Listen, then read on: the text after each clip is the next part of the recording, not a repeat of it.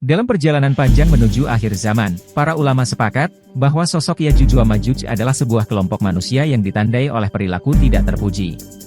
Kehadiran mereka dianggap sebagai salah satu tanda penting akan datangnya hari kiamat. Dalam hadits yang diriwayatkan oleh Imam Muslim, disebutkan bahwa kiamat tidak akan terjadi sebelum munculnya 10 tanda, di antaranya adalah Yajuj wa Majuj. Meskipun ada perbedaan pendapat mengenai urutan kemunculan tanda-tanda tersebut, tetapi yang jelas, kehadiran Yajuj wa Majuj merupakan salah satu di antaranya. Beberapa ulama menyebutkan bahwa Dajjal adalah tanda pertama, dan turunnya Isa bin Maryam adalah tanda terakhir.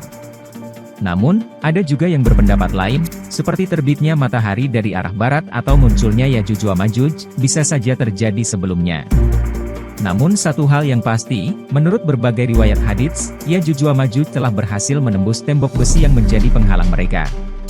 Hal ini tergambar dalam hadits yang diriwayatkan oleh Imam Muslim, di mana Nabi Muhammad menyatakan bahwa dinding tersebut telah terbuka pada suatu hari, menandakan bahwa Yajuj wa Majuj telah berhasil melewati penghalang tersebut. Dengan demikian, pertanyaannya kini adalah, siapakah sebenarnya Yajuj wa Majuj? Kita akan melanjutkan pembahasan ini dalam penjelajahan kita selanjutnya.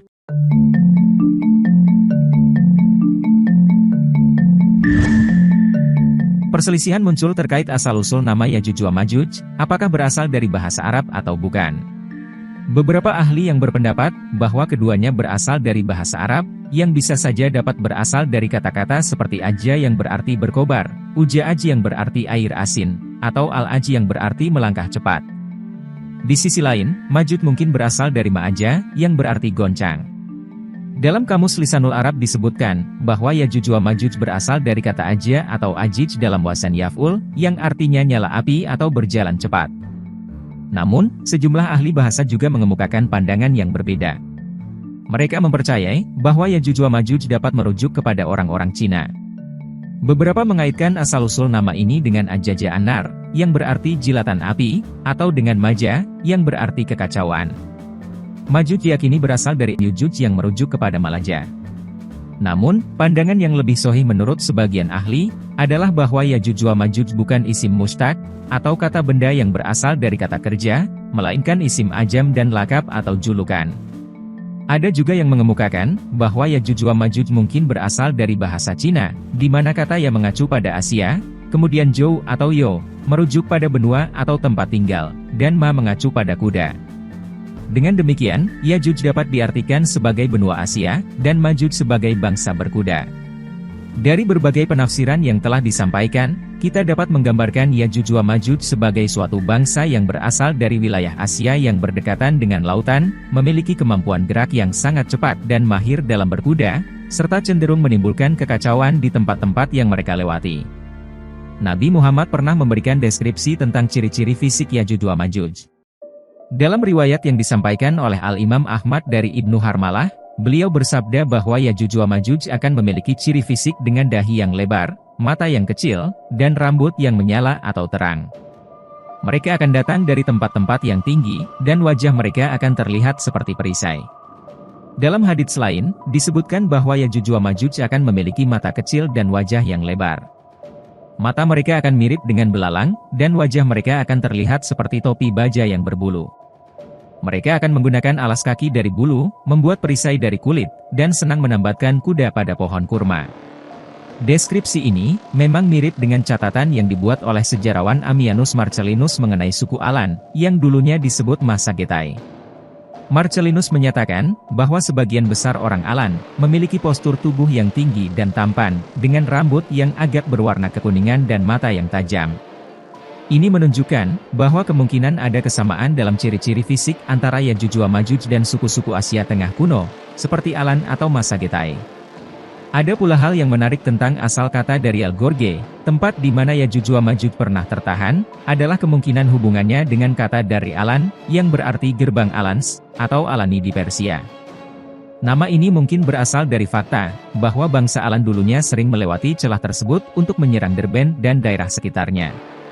Namun, ada juga kemungkinan, bahwa nama dari Al-Gorge berasal dari nama Raja Darius Agung, yang membuat ngarai tersebut menjadi tempat terkurungnya bangsa Alan. Kemiripan antara nama Darial dan Darius adalah hal yang juga menarik.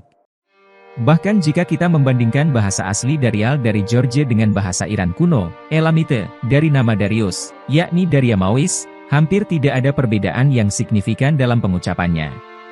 Ini mengarah pada kemungkinan bahwa kata Darial mengacu pada tempat di mana bangsa Alan dikurung oleh Darius. Berdasarkan penelitian arkeologi, Alans adalah salah satu suku nomaden dari Iran yang mulai muncul pada periode Sarmatian antara pertengahan abad pertama dan abad kedua. Nama Alani muncul hampir bersamaan di wilayah geografi Yunani Romawi dan sejarah dinasti Cina. Suku Alan pertama kali disebutkan dalam literatur Romawi pada abad pertama dan dijelaskan sebagai suku yang suka berperang dan kejam. Mereka sering menyerang kerajaan Persia dan provinsi Kaukasia dari Kekaisaran Romawi. Bangsa Alan terkenal sangat mahir dalam berkuda, mampu memainkan berbagai senjata tajam dengan lihai, dan memiliki kecepatan dalam menyerang lawan mereka saat berada di atas kuda. Menariknya, di Persia, suku Alan dikenal dengan nama Saka, dan dalam dunia sejarah, sering disebut sebagai suku Skytia atau Sarmatian. Namun, mereka juga dikenal dengan berbagai nama lain seperti Aorsi, Agathirsi, Roxolani, Hun, Masguts, Masagetae, Iasges, Iaziks, Mayotis, Dacians, Cionite, Xiongnu, Burtas, Cumans, Turks, Tatars, dan masih banyak lagi. Perbedaan dalam penyebutan ini disebabkan oleh variasi lafaz atau dialek, serta perbedaan nama tempat asal atau tempat kediaman suku-suku tersebut. Secara umum, suku-suku nomaden dan barbar ini dikenal dengan istilah Sarmatian oleh para sejarawan.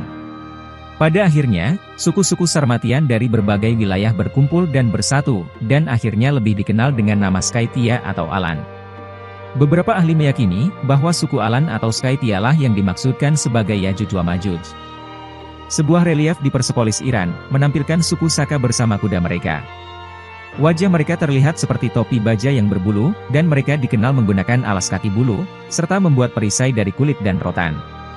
Pakaian mereka terbuat dari kulit yang bersulam, dengan legenda kuda terbang bertanduk, unicorn atau Pegasus. Ini memberikan gambaran yang menarik tentang budaya dan peralatan suku Alan atau Skytia, yang kemungkinan menjadi bagian dari identitas Yajuj wa Majuj dalam narasi tentang perjalanan mereka menuju hari kiamat. Dalam bukunya yang berjudul Yas'alunaka min Zulkarnain, Abul Kalam Azad menyebut suku Skytia atau Skytian dengan istilah Sitahin. Menurutnya, pada sekitar tahun 700 sebelum Masehi, suku Sitahin muncul di panggung sejarah. Mereka melakukan serangan terhadap daerah-daerah di Asia Barat, termasuk serangan yang terjadi pada sekitar tahun 620 sebelum Masehi. Mereka melintasi celah Darial di pegunungan Kaukasus, sebagai tanda bahwa pasukan kejam mereka telah mencapai Ninoy atau Ninive, dan mereka menghancurkan daerah Azerbaijan, Mazandaran, Jailan, dan Kurdistan. Hal ini menjelaskan mengapa Mikhail Lermontov menggambarkan Darial Gorge sebagai tempat yang angker, karena disitulah suku Alan atau Skytia, yang dianggap sebagai pemuja setan sering berada. Dari tempat ini, mereka melancarkan serangan brutal dan kejam terhadap negeri-negeri yang ingin mereka kuasai. Di tempat ini, mereka melakukan pembantaian, penyiksaan, pemerkosaan, serta melaksanakan ritual-ritual aneh yang sangat disenangi oleh setan. Pendapat sejarawan Timur, Abul Kalam Azad, menunjukkan bahwa suku Alans atau Skytians, tampaknya sudah muncul sebelum milenium pertama, yakni sekitar tahun 700 sebelum Masehi. Pendapat ini diperkuat oleh catatan sumber-sumber Assyria, yang menyebutkan nama Skytian dengan istilah Ishkuza atau Isogus, pada sekitar tahun 650 sebelum Masehi. Dalam bukunya yang berjudul Perang Yahudi, sejarawan Yahudi kontemporer Josephus, mengisahkan tentang Alans atau Skytians, yang juga disebutkan sebagai suku Yajuj wa Majuj, yang tinggal di sekitar Danau Meotis. Mereka merencanakan serangan terhadap Media dan wilayah-wilayah sekitarnya untuk merampoknya. Dalam rencana mereka berunding dengan Raja Hyrcania, yang memiliki akses ke jalan yang sebelumnya ditutup oleh Raja Alexander dengan gerbang besi. Raja Hyrcania memberi izin kepada mereka untuk melewati gerbang tersebut. Dengan izin tersebut, suku Alans datang dalam jumlah besar, dan menyerang Medes secara tak terduga, merampok negeri mereka yang penuh dengan penduduk dan ternak. Tidak ada yang berani melawan mereka, karena Raja Pacorus dari Media telah melarikan diri ke tempat-tempat yang sulit dijangkau oleh mereka. Dia hanya menyelamatkan istrinya dan gundik-gundiknya, dengan memberikan tebusan sebesar 100 talenta emas. Setelah merampok Media, suku Alans melanjutkan serangannya ke Armenia, merusak segala sesuatu di depan mereka. Di sana, mereka bertemu dengan Raja Tiridates yang mencoba melawan mereka dalam pertempuran, tetapi dia berhasil melarikan diri dari cengkeraman mereka, saat seorang prajurit melemparkan jaring ke arahnya. Namun, Alan semakin terprovokasi oleh kejadian itu, dan melanjutkan penjarahan mereka. Dari catatan Josephus ini, kita belajar bahwa suku Alan, yang diyakini sebagai Yajuj wa Majuj, memang mengalami hambatan dengan gerbang besi, dan berhasil menghancurkan wilayah-wilayah yang mereka lewati, seperti yang dijelaskan dalam narasi mengenai perjalanan mereka. Sejarah perjalanan bangsa Alan, yang banyak diambil dari situs turkicworld.org, memberikan gambaran yang menarik tentang jejak mereka dalam peradaban kuno. Berikut adalah rangkuman beberapa peristiwa kunci. Tahun 500 sebelum Masehi, suku Aderbiks, bagian dari Masguts atau Masagetai, mengirim pasukan besar ke kamp Darius Agung di Babel, menunjukkan kekuatan dan kehadiran mereka di wilayah tersebut. Sumber-sumber Cina mencatat Alan sebagai salah satu dari 4 suku Hun yang paling disukai oleh Raja-Raja Timur Hun pada abad ketiga sebelum Masehi. Ini menunjukkan keberadaan dan pengaruh suku Alan di wilayah Asia Timur pada saat itu. Sekitar 220 sebelum Masehi, terjadi migrasi awal suku-suku Sarmatian ke wilayah Skythia, yang kemudian diikuti oleh migrasi tahap kedua sekitar tahun 210 sebelum Masehi. Migrasi ini mengakhiri dominasi Skythia, dan membawa dominasi Sarmatian di Pontik Utara. Sekitar 204 sebelum Masehi, Kekaisaran Hun, di mana Alans termasuk di dalamnya, didirikan di wilayah yang luas, membentang dari utara Siberia hingga timur Kashmir, dan sebelah barat Samudra Pasifik dan Laut Kaspia. Ini menunjukkan ekspansi dan kekuatan suku Alan di wilayah tersebut. Tahun 128 sebelum Masehi, penjelajah dan diplomat Cina Sang Qian, mencatat keberadaan Alans saat berkunjung ke Kangju. Dia menggambarkan Kangju sebagai negara kecil dengan penduduk yang menyerupai Yuezhi dalam adat istiadat mereka, dan memiliki 80.000 hingga 90.000 pemanah terampil. Singkat cerita, pada tahun 1085 Masehi, Adam dari Bremen mencatat tentang suku Skythian kuno di wilayah Baltik Timur, yang disebut Alans atau Albans, juga dikenal sebagai Vises atau Ambrones. Mereka dikenal sangat kejam, dan terlahir dengan rambut putih. Pernyataan tersebut mungkin memiliki korelasi dengan deskripsi dalam hadits mengenai Yajuj wa Majuj, yang disebut memiliki lebar muka, mata kecil, dan rambut yang menyala terang. Ini menunjukkan bahwa identitas suku Alan atau Alans kemungkinan berkaitan dengan narasi Yajuj wa Majuj dalam literatur Islam. Pada tahun 1767, wilayah Alans jatuh di bawah kekuasaan kerajaan Rusia, dan membentuk Ossetia, yang berbasis di Georgia saat ini dan berbatasan dengan Republik Rusia. Mereka merupakan wakil tersisa dari suku Scythians kuno dan Sarmatians. Mayoritas orang Ossetia menganut agama Kristen Ortodoks atau Islam, dengan sebagian besar pindah ke agama Kristen setelah tekanan dari Rusia. Agama Islam diperkenalkan oleh tetangga mereka, orang Kardabai. Selama Perang Rusia-Georgia, banyak Muslim Digor dan Muslim Iron yang beremigrasi ke Kekaisaran Ottoman, dan saat ini menjadi warga minoritas di Turki. Bukti keberadaan suku Alan juga terlihat dalam nama-nama kota di Eropa seperti Alainville, Alaines, Yvelines, Alainville and Beauce, Les Alains, dan sebagainya yang diduga berasal dari Alans. Ini menunjukkan bahwa migrasi dan pengaruh suku Alan di berbagai wilayah telah terjadi, dan sekarang mereka telah hidup di antara kita. Dari sejarah suku Alan, kita dapat melihat bahwa mereka gemar berperang, suka berkhianat, pandai menipu, dan berusaha untuk kawin dengan orang berpengaruh. Meskipun tidak semua keturunan mereka memiliki sifat yang sama, keberadaan mereka yang banyak dan tersebar di berbagai penjuru bumi, harus membuat kita waspada dan tidak lengah. Patung Gog dan Magog yang terlihat di Royal Arcade Melbourne, Australia, dan dalam parade Lord Mayor Show di London, Inggris, menjadi perdebatan di kalangan masyarakat Inggris. Sebagian menganggap Gog dan Magog sebagai penjaga kota London dan pelindung orang-orang kudus, sementara yang lain menganggap mereka sebagai setan raksasa yang jahat, yang diidentifikasi dengan Yajuj wa Majuj dalam Islam. Beberapa mitos di Eropa menyebutkan bahwa Gog dan Magog adalah keturunan dari 33 putri jahat Kaisar Romawi, Diocletian, yang terdampar di Pulau Albion yang dihuni oleh setan. Ada juga kaitan dengan Alkitab, di mana Gog adalah raja negeri Magog, dan pemimpin tertinggi negeri Meseh dan Tubal. Dalam kitab Wahyu, Gog dan Magog disebut sebagai bangsa-bangsa yang akan diperdaya oleh iblis untuk berperang. Sejarawan Patrick Scrivener, mengaitkan Gog dan Magog dengan kota Vatikan dan London, menyebut mereka sebagai dua raksasa yang menjaga emas di Bank of England, yang diduga dicuri dari Afrika Selatan dan Fort Knox. Selain itu, dalam konteks Inggris, Gog dan Magog terkadang dikaitkan dengan fenomena orb, yang dianggap sebagai simbol kekuasaan universal. Orb juga ditemukan dalam simbol-simbol keagamaan dan politik, seperti yang terlihat dalam patung dewa Zeus atau Jupiter, serta Ratu Elizabeth II. Ciri-ciri Yajuj wa Majuj yang bermata kecil dan berambut terang, tampaknya mengacu pada perpaduan antara orang Asia dan Eropa. Sejarawan mencatat, bahwa ciri-ciri ini banyak dijumpai pada orang-orang Kaukasoid masa lalu, terutama orang-orang Asia Tengah pecahan ex-Uni Soviet, seperti Kazakhstan, Kirgistan, Uzbekistan, Tajikistan, dan Turkmenistan. Wilayah ini dikenal dengan nama Eurasia, karena merupakan perpaduan antara Eropa dan Asia. Dari orang-orang Kaukasoid, ada satu bangsa yang telah menarik perhatian, yaitu bangsa Khazar. Buku Pawns in the Game karya William Gaichar, menggambarkan bangsa Khazar, sebagai ras non-Semit dan Turki Finlandia, yang menyusup ke Eropa dari Asia pada abad pertama. Mereka dikatakan mengambil jalur darat di sebelah utara Laut Kaspia dan menetap di Eropa Timur, mendirikan kerajaan Khazar yang kuat. Bangsa Khazar pada puncak kekuasaannya, memperluas wilayah mereka melalui penaklukan militer, mencakup sebagian besar wilayah Eropa Timur hingga akhir abad ke-8. Kerajaan Khazar kemudian memilih Yudaisme sebagai agama resmi mereka, membangun sinagog dan sekolah untuk mengajar Yudaisme di seluruh kerajaan. Pada puncak kekuasaannya, bangsa Khazar mengumpulkan upeti dari 25 suku bangsa yang mereka taklukkan, dan mampu bertahan selama hampir 500 tahun. Namun, pada akhir abad ke-10, bangsa Khazar dikalahkan dalam pertempuran oleh Varangia Rusia, yang menyapu mereka dari utara. Penaklukan Khazar selesai pada akhir abad ke-13. Setelah itu, gerakan revolusioner yang terinspirasi oleh Khazar Yahudi, tersebar ke dalam Kekaisaran Rusia, hingga Revolusi Oktober Merah pada tahun 1917.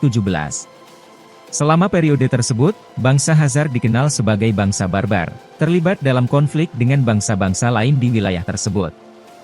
Mereka memungut pajak besar dari muatan yang melintasi sungai Volga di Itil, dan menggunakan kekerasan untuk menekan orang-orang yang menolak membayar pajak tersebut. Penelitian sejarah menunjukkan, bahwa pada tahun 930, bangsa Khazar mengatur pernikahan dinasti dengan bangsa Alan, yang mengindikasikan bahwa keturunan dari bangsa Khazar pada masa kini, juga merupakan keturunan dari bangsa Alan, yang dalam sejarah diidentifikasi sebagai Yajuj Majuj. Menariknya, gabungan dari bangsa Alan dan Khazar, memilih Yudaisme sebagai agama resmi mereka, meskipun sebelumnya mereka adalah penganut paganisme. Alasan mereka memilih Yudaisme, mungkin terkait dengan penerimaan agama Yahudi di dunia internasional, serta karena mereka memiliki hubungan sejarah dengan bangsa Yahudi. Alania dan Khazaria, merupakan tempat bermukim bagi bangsa Yahudi selama masa diaspora, dan para rahib Yahudi beserta pengikutnya, kemungkinan besar memilih untuk tinggal di wilayah tersebut. Keturunan Alan Khazar Yahudi kemudian dikenal dengan nama Yahudi Ashkenazi, yang sebelumnya dikenal dengan istilah ras Arya. Mereka sering diidentifikasi sebagai Yajuj wa Majuj masa kini. Studi genetika menunjukkan, bahwa sebagian besar YDNA Yahudi berasal dari Timur Tengah, sementara mtDNA, banyak menunjukkan hubungan dengan kelompok non-Yahudi di sekitarnya melalui garis ibu. Namun, sejumlah kecil orang Yahudi Ashkenazi memiliki nenek moyang Eropa Timur non-Yahudi. Dalam konteks Yahudi Ashkenazi, penting untuk diingat, bahwa tidak semua dari mereka memiliki perilaku buruk. Ada sebagian kecil yang tetap menjalankan ajaran Taurat dan Injil dengan konsisten, sehingga ada perbedaan antara Yahudi jahat dan Yahudi baik. Saat ini, sekitar 90% orang Yahudi di dunia, adalah keturunan Yahudi Ashkenazi. Sebagaimana telah disebutkan, istilah Ashkenazi berasal dari sebutan orang Asyur terhadap bangsa Skythia, yaitu Ashkuza atau Ishkuza. Nama ini juga disebutkan dalam Alkitab Perjanjian Lama, terutama dalam Kitab 1 Tawarikh, Kitab Kejadian, dan Kitab Yeremia, sebagai Ashkenaz. Dalam Alkitab, Ashkenaz dikenal sebagai keturunan Gomer anak Yafet, yang merupakan putra Nabi Nuh. Selain itu, Ashkenaz juga disebutkan sebagai nama kerajaan bersama dengan Mini dan Ararat. Kata Arya, juga diperkirakan merupakan sebutan dari suku Alan atau Skythia bagi diri mereka sendiri. Orang-orang Zoroaster menyebut suku nomaden barbar di Iran bagian timur sebagai Saka, dan beberapa di antara mereka lebih ke barat disebut Skudra atau Skuda. Suku Skytia terkenal akan keahlian berkuda mereka, di mana perempuan juga berperan dalam peperangan, dan bahkan memerintah kaum lelaki mereka. Salah satu pemimpin perempuan terkenal mereka, adalah Ratu Tomiris. Kata Saka, diyakini berkaitan dengan Sachs di Jerman, yang berarti melempar belati, serta Saxon di Inggris yang berarti menembak, merujuk pada keahlian suku Skytia dalam melempar pisau dan memanah. Sedangkan kata Skudra, kemungkinan berkaitan dengan dragon yang berarti naga, dan dragon kemungkinan membentuk kata Dracula. Istilah Dracula, berasal dari bahasa Rumania yang berarti anak naga, dan bahasa Rumania termasuk dalam subrumpun bahasa Indo-Eropa, yang memiliki akar dari subrumpun bahasa Indo-Iran yang dikembangkan oleh suku Skytia. Kata dragon, bisa jadi diperoleh dari kebiasaan suku Skytia yang menyembah api. Sebagaimana diketahui, bahwa naga merupakan hewan mitos yang dapat menyemburkan api dari mulutnya. Tidak heran jika ada yang mengatakan, bahwa Yajuj wa Majuj memiliki akar kata dari bahasa Arab, yaitu dari Ajaja Anar, yang berarti jilatan api. Sementara itu, kata Skuda, kemungkinan memiliki hubungan dengan kata kuda. Kata kuda sendiri, berasal dari bahasa Indonesia dan Melayu, yang kemungkinan diserap dari bahasa India. Wikipedia menyebutkan, bahwa bahasa Mundari dan bahasa Santali di India, adalah bahasa Austroasia yang telah dipengaruhi oleh bahasa Indo-Eropa cabang Indo-Arya dan bahasa Dravida. Rumpun bahasa Austroasia tersebar terpisah di India, Bangladesh, dan Asia Tenggara, dipisahkan oleh wilayah di mana bahasa-bahasa lain dituturkan. Beberapa ahli bahasa percaya, bahwa rumpun bahasa Austroasia, merupakan bahasa asli di Asia Tenggara dan bagian timur anak benua India, dan bahwa rumpun bahasa lain di daerah tersebut, termasuk Indo-Eropa, Taikadai, Dravida, dan Sino-Tibet, merupakan hasil dari migrasi manusia yang terjadi belakangan. Ada beberapa bukti, bahwa rumpun bahasa Austroasia berkerabat dengan rumpun bahasa Austronesia, membentuk rumpun besar Austrik. Munculnya kata kuda, kemungkinan besar dipengaruhi oleh keahlian orang-orang Skytia dalam berkuda. Sementara itu, kata massa Getae, merupakan sebutan orang Romawi untuk suku Skytia. Kata massa bisa berarti besar atau berat, sementara Getae adalah istilah Yunani yang merujuk kepada nama tempat kediaman suku Skytia. Jadi, massa Getae dapat diartikan sebagai orang-orang kuat dari Getae. Pada akhirnya, suku Skytia juga dikenal dengan nama Alan. Kata Alan kemungkinan berasal dari kata Aryan atau Aryan, yang merupakan sebutan bagi bangsa Arya. Begitupun dengan nama Iran, yang merupakan kognat dari kata Aryan, yang berarti tanah bangsa Arya. Kata Arya juga digunakan dalam istilah agama Hindu dengan berbagai arti, dan dari kata ini, orang Jawa memiliki nama-nama seperti Arya, Aryo, Harya, Haryo, dan sebagainya. Pada era modern, nama Arya mulai mencuat di panggung global, ketika Adolf Hitler menggunakan istilah ini untuk merujuk pada ras unggul bangsa Jerman, yang kadang-kadang disebut Jerman murni. Untuk mencapai ras Arya atau Jerman murni ini, Hitler mendirikan ladang-ladang reproduksi manusia khusus, di mana pemuda-pemudi Jerman yang berambut pirang dan bermata biru dikumpulkan, dan diperintahkan untuk melakukan hubungan seks bebas.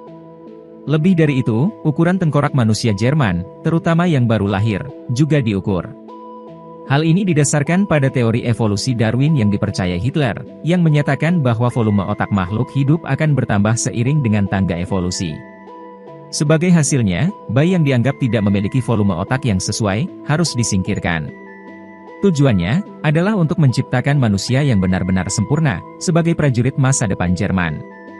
Selain itu, dalam upaya untuk memperoleh ras Arya, atau Jerman murni, Hitler mengeluarkan undang-undang yang melarang kelahiran anak-anak dengan penyakit turunan. Di antara ketentuan lainnya, tindakan dilakukan untuk mencegah orang-orang yang tidak diinginkan memiliki anak, dan sterilisasi paksa diperintahkan untuk orang-orang dengan cacat fisik atau mental tertentu. Nazi menyebarluaskan aturan ini melalui poster, radio, film, kelas-kelas, dan surat kabar. Mereka mempraktikkan ideologi ini dengan dukungan ilmuwan Jerman, yang percaya bahwa ras manusia dapat ditingkatkan dengan membatasi reproduksi orang-orang yang dianggap inferior atau lebih rendah. Mulai tahun 1933, dokter-dokter Jerman diizinkan untuk melakukan sterilisasi paksa, menjadikan korban tidak mungkin memiliki anak. Di antara yang menjadi sasaran adalah orang-orang Roma dari suku Gipsi, minoritas etnis berjumlah 30.000 jiwa di Jerman, dan para penderita cacat, termasuk tunagrahita, serta mereka yang tunarungu dan tunanetra. Sekitar 500 anak keturunan Afrika Jerman juga menjadi korban. Mereka adalah anak-anak hasil hubungan antara orang Jerman dan serdadu kolonial Afrika, yang bertempur di tentara sekutu yang menduduki wilayah Rhineland Jerman pasca Perang Dunia Pertama. Menariknya, dalam program sterilisasi paksa ini, orang-orang Yahudi tidak termasuk, meskipun Hitler terkenal karena kebenciannya terhadap mereka. Kata Aryan atau Aryan sendiri, berasal dari bahasa Avesta, yaitu Airia atau Arya, yang berarti mulia. Pertama kali digunakan oleh penganut paham Zoroaster untuk menyebut diri mereka sendiri, karena mereka meyakini bahwa hanya mereka yang layak disebut mulia. Hal ini karena mereka menyembah Tuhan yang benar, yang menciptakan seluruh ruh alam semesta. Konsep ini mirip dengan kepercayaan umat Islam terhadap orang-orang mukmin yang bertakwa kepada Allah. Dalam Al-Quran Surat Al-Hujurat ayat 13 disebutkan, "Hai manusia, sesungguhnya kami menciptakan kamu dari seorang laki-laki dan seorang perempuan, dan menjadikan kamu berbangsa-bangsa dan bersuku-suku, supaya kamu saling kenal mengenal. Sesungguhnya, orang yang paling mulia di antara kamu di sisi Allah, ialah orang yang paling takwa di antara kamu." Dalam konteks ini, orang yang paling takwa, yang merupakan orang yang paling mulia di sisi Allah, adalah umat Islam yang mempraktikkan ajaran agamanya dengan baik. Sebagaimana yang disebutkan dalam Quran Surat Ali Imran ayat 110, "Kamu adalah umat yang terbaik yang dilahirkan untuk manusia, menyuruh kepada yang makruf, dan mencegah dari yang munkar, dan beriman kepada Allah." Sekiranya ahli kitab beriman, tentulah itu lebih baik bagi mereka. Di antara mereka ada yang beriman, dan kebanyakan mereka adalah orang-orang yang fasik. Dari semua uraian ini, kita dapat melihat adanya keterkaitan antara berbagai sejarah dan keyakinan, baik dari perspektif agama, budaya, maupun politik. Kisah bangsa Alan, Hazar, dan hubungannya dengan Yahudi Ashkenazi, memberikan gambaran tentang kompleksitas sejarah, dan identitas manusia yang terus berkembang dari masa ke masa. Demikian pula, upaya Hitler dalam menciptakan ras Arya murni, menunjukkan betapa berbahayanya pemahaman yang terdistorsi tentang superioritas ras, dan praktik eugenika dalam sejarah modern. Namun, tidak hanya dalam sejarah kita menemukan paralel dengan Yajuj-Majuj. Dalam konteks kehidupan sehari-hari, kita mungkin juga menemukan sosok-sosok yang memiliki ciri-ciri mirip dengan Yajuj-Majuj, yang telah berbaur dengan kita. Dalam Al-Kahfi ayat 99 disebutkan, bahwa sebagian Yajuj dan Majuj, berbaur dengan sebagian yang lain, menandakan adanya kemungkinan bahwa mereka sudah ada di tengah kita. Lalu, bagaimana kita mengenalinya? Jawabannya terdapat dalam Al-Quran Surat Ali Imran ayat 110 yang menyatakan, bahwa umat yang terbaik, adalah yang menyuruh kepada yang makruf dan mencegah dari yang munkar, serta beriman kepada Allah.